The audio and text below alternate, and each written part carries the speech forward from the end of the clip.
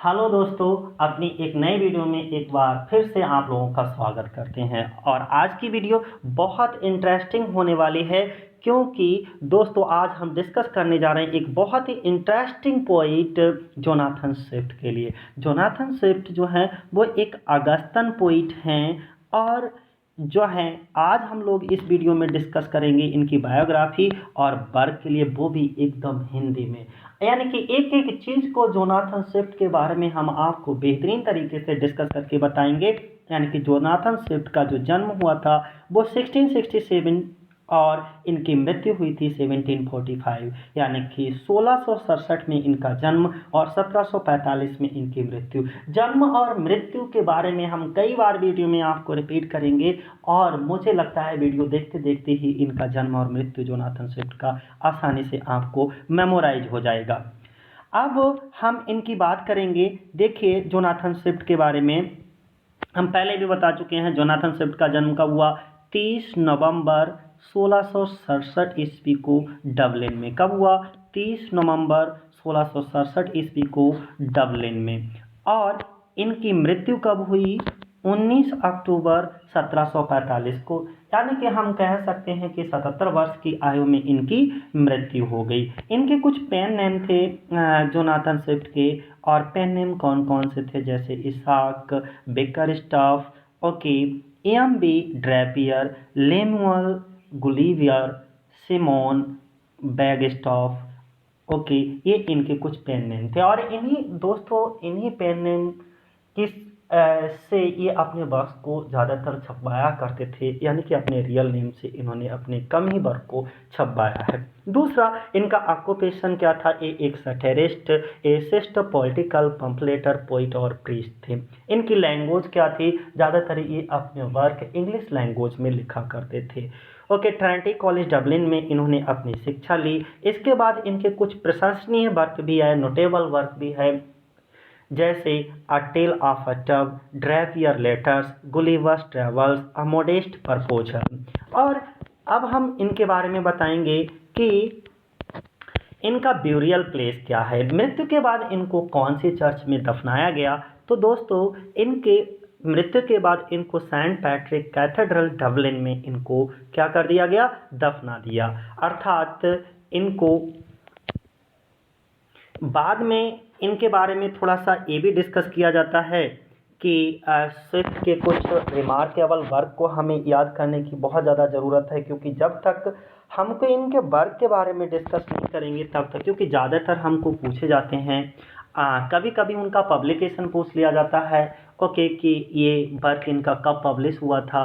तो देखो, a tale of a tub इनका 1704 में पब्लिश हुआ। An argument against abolishing church, okay, Christianity 1712 में इनका पब्लिश हुआ। और गुलिवर्स ट्रेवल्स इनका 1726 में। अ मोडेस्ट प्रपोजल। साथ ही साथ अगर हम इनका बात करें कि जोनाथन स्विफ्ट जो थे वो आयरलैंड के एक प्रसिद्ध निबंधकार, कवि और व्यंग्यकार थे। तीखे व्यंग जैसे ही इनकी आदत थी, बहुत अच्छा व्यंग करते। तीखे व्यंग का जैसा निर्मम प्रहार स्विफ्ट की रचनाओं में मिलता है, वैसा शायद ही कहीं दूसरी जगह मिले। यानी कि कोई दूसरा कवि अपनी वर्क जब भी लिखता था, जब भी अपनी रचनाओं को लिखता था, तो उसमें इतने बेहतरीन तरीके से कभी भी जो है वो इतने तीखे व्यंग का प्रहार नहीं करता था जैसा जोनाथन स्विफ्ट करते थे। फिर से एक बार हमने क्या कहा, इनके जन्म को हम कई बार डिस्कस करेंगे। इनका जन्म कब हुआ? 30 नवंबर 1667 को डबलिन के आयरलैंड में। मृत्यु कब हुई? 19 अक्टूबर 1745 को डबलिन के आयरलैंड में।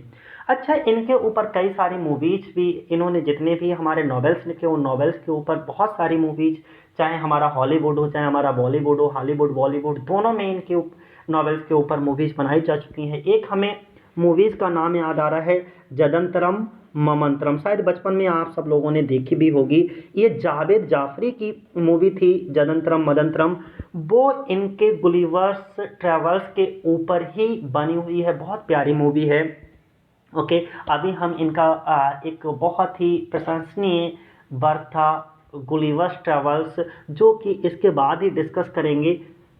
नेक्स्ट अगर हम बात करें तो इनके नॉवेल्स के ऊपर कई सारी मूवीज़ भी बनी और इन्होंने हायर शिक्षा जो है वो हर्ट्सफोर्ड कॉलेज ऑक्सफोर्ड से ली थी। इनकी राष्ट्रीयता आयरिश ब्रिटिश थे ये। और नेक्स्ट अगर हम बात करें जोनाथन स्विफ्ट के, तो इनकी माता का नाम जो है वो एबिगेल एरिका, क्या था इनकी माता का नाम? एबिगेल एरिका इनकी मदर का नाम था। और इनकी एक सिस्टर थी जिनका नाम था जेन स्विफ्ट। क्या नाम था? जेन स्विफ्ट। और एक बात डिस्कस कर दें हम आपको कि जोनाथन स्विफ्ट इनके पिता का भी नाम था। इनका तो नाम था ही था, साथ ही साथ इनके पिता का भी नाम जोनाथन स्विफ्ट ही था। दूसरा हम बात करेंगे कि जोनाथन स्विफ्ट का जन्म आयरलैंड के डबलिन नगर में हुआ था और 15 वर्ष की अवस्था में इन्होंने डबलिन के ट्रिनिटी कॉलेज में प्रवेश किया। कॉलेज छोड़ने के साथ ही कितनी उम्र में? 15 वर्ष की अवस्था में इन्होंने डबलिन के ट्रिनिटी कॉलेज में प्रवेश किया और कॉलेज छोड़ने के साथ ही साथ इन्होंने सर विलियम टेम्पल के यहाँ उनके सेक्रेटरी के रूप में काम करना प्रारंभ किया। किसने? जोनाथन स्विफ्ट ने। तो जोनाथन स्विफ्ट ने कहाँ कार्य करना प्रारंभ किया? एक बार साथ ही साथ बोलते भी चला करो जिससे कि आपको क्लियर होता चले। सर विलियम टेम्पल के यहाँ सेक्रेटरी के रूप में कार्य किया और उनके साथ ही सन 1699 ईस्वी तक रहे। यानी कि ये विलियम टेम्पल के साथ सेक्रेटरी के रूप में जो कार्य करना प्रारंभ किया वो कब तक किया था? वो 1699 ईस्वी तक किया। और वह समय जो है दलगत राजनीति की दृष्टि से बड़े कसमकस का था। उस समय जो देश की राजनीति चल रही थी उनके कंट्री में, उनके देश में, वो बड़ी ही उथल पुथल थी। ओके। और स्विफ्ट ने हिग पार्टी के विरुद्ध जो है टोरी दल नहीं होगा दोस्तों, माफ करना, यहाँ पर टोरी दल का साथ दिया और ये एक महत्वाकांक्षी व्यक्ति थे। कौन? Jonathan Swift. टोरी सरकार ने क्योंकि महत्वाकांक्षी इसलिए थे क्योंकि ये उन्हीं की मदद करते थे और बदले में ये भी महत्वाकांक्षा रखते थे कि ये भी हमारा लिए कुछ अच्छा करेगा। तो टोरी सरकार ने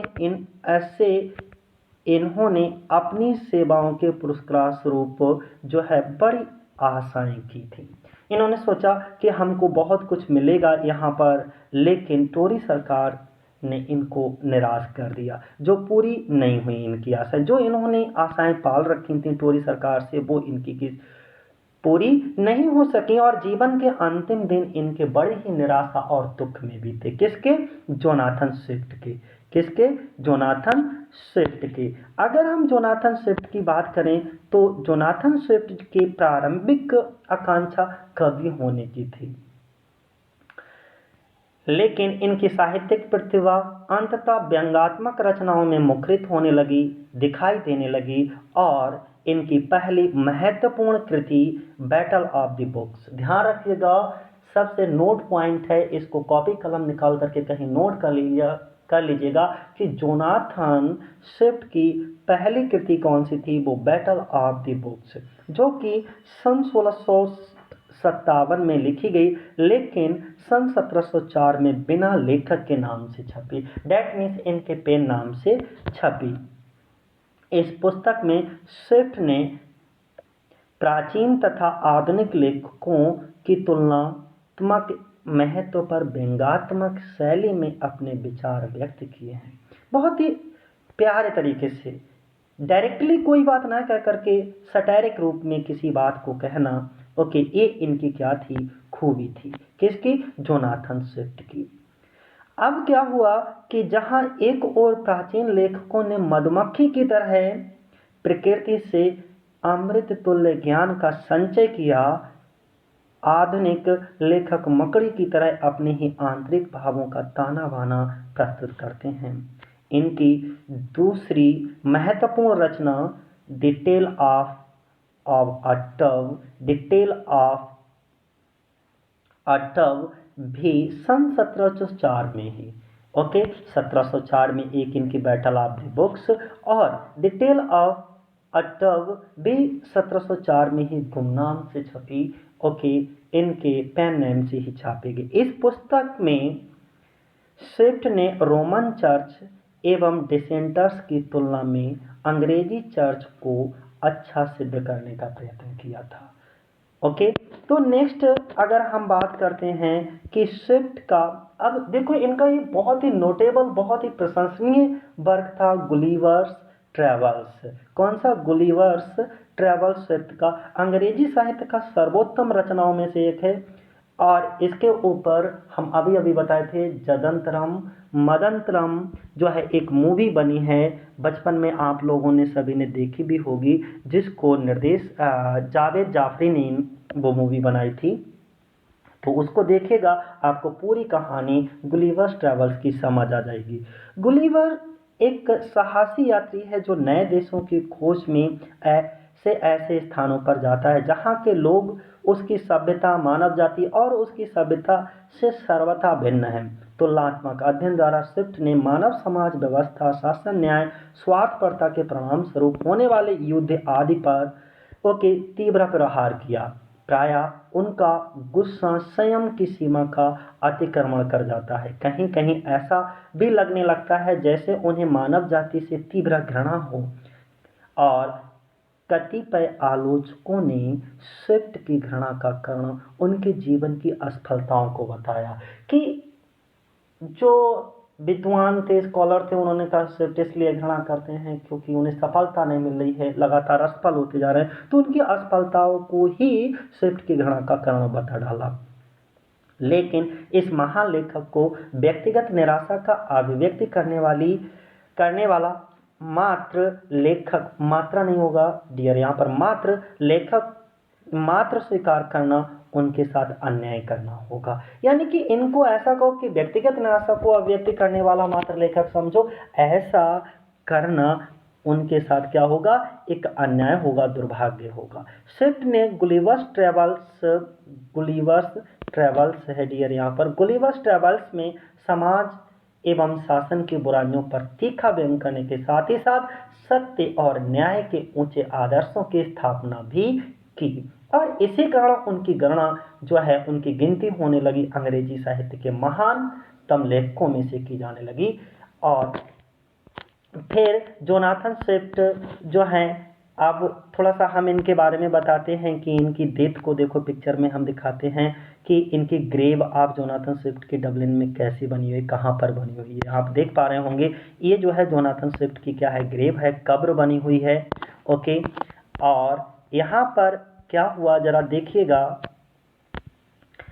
1742 में हुआ क्या, 1742 में स्विफ्ट को एक स्ट्रोक का सामना करना पड़ा और इसी स्ट्रोक के साथ इन्होंने अपने बोलने की क्षमता खो दी। 19 अक्टूबर 1745 को स्विफ्ट की मृत्यु हो गई।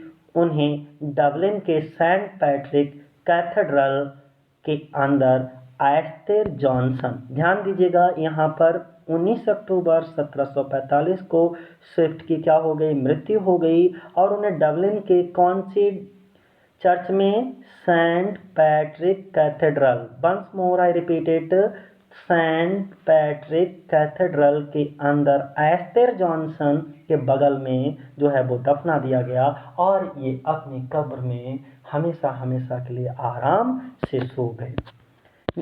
अगला तो देखिए, ये हमारा टॉपिक जो आज हमने जोनाथन स्विफ्ट को सीखा, ये नेट की दृष्टि से काफ़ी इम्पोर्टेंट भी है और गुलिवर ट्रेवल्स से कभी काफ़ी कुछ पूछा जा सकता है, तो इसलिए इसको देखते रहिए। अभी हम इसके बाद में आपको गुलिवर, इनका बहुत ही नोटेबल वर्क मैंने बताया, नहीं प्रशंसनीय, जिसको रिमार्केबल वर्क कहा जा सकता है, कि स्मरणीय है, याद रखना ही रखना है गुलिवर ट्रेवल्स को। अभी हम इसके बाद उसी को डिस्कस करेंगे।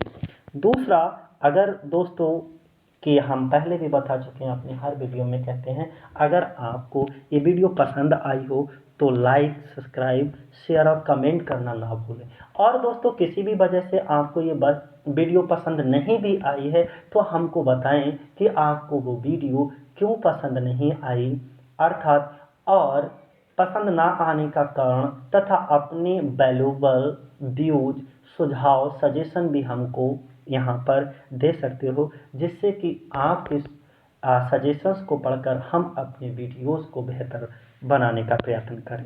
Thanks for watching. जय हिंद, जय भारत दोस्तों।